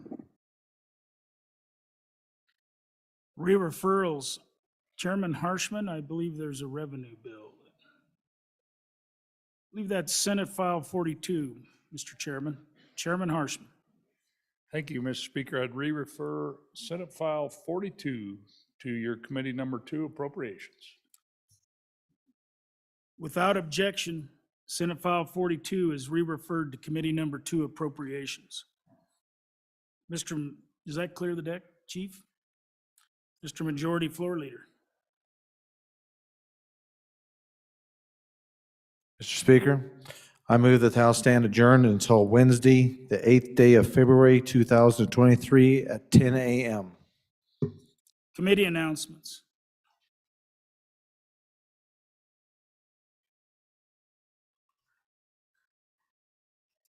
Chairman Northrup. Thank you, Mr. Speaker. Your Committee Number 4, Education, will meet upon noon recess in Room 3 down in Extension. We're going to hear one bill, Senate File 51, School Finance Regional Cost Adjustment. Chairman Nicholas. Thank you, Mr. Speaker. Your House appropriation will meet about 15 minutes from now. We'll hear Senate File 57 and Senate File 96. And then on adjournment, at noon tomorrow, we'll hear Senate File 118 and the re-referral, Senate File 42. Chairman Landon, could you come up here a minute, please? Chairman Washit. No. Chairman Washit, go ahead. Chairman Brown, I'm sorry. Thank Mr. you. Speaker, Chairman your Landon. Committee Number 1, Judiciary, will meet at 8 o'clock tomorrow morning in our normal room to consider Senate File 24, which was laid back from Monday, Financial Exploitation of Vulnerable Adults, Senate File 34, Trespass by Small Unmanned Aircraft, and Senate File 31, Adjacent Land Resource Data Trespass Repeal. Chairman Zwanitzer. Thank you, Mr. Speaker. Your Committee Number 10, Labor, Health, and Social Services, will meet tomorrow at 8 a.m. in House 3 to hear the following 3 bills. We're going to continue Senate File 10, the Licensed Professional Counselor Compact. Then we're going to talk Senate File 7, definition of opiate antagonist amendments. And then on Senate File 26, we'll talk about the Psychology Interjurisdictional Compact. Tomorrow at 8 a.m. in Room 3. Chairman Burkhart. Thank you, Mr. Speaker. Your Committee Number 9, Minerals, Business, and Economic Development, excuse me, will meet tomorrow morning at 8 a.m., but will not start discussing bills till 8:30 a.m., and we will take up Senate File 176, Solid Waste Disposal Districts Consolidation, and Senate File 122, Non-Resident Workers Vehicle Registration Extension. Chairman Olson. Your Committee Number 7, House Corporations, Elections, and Political Subdivisions, will meet tomorrow upon the noon recess to consider 2 bills.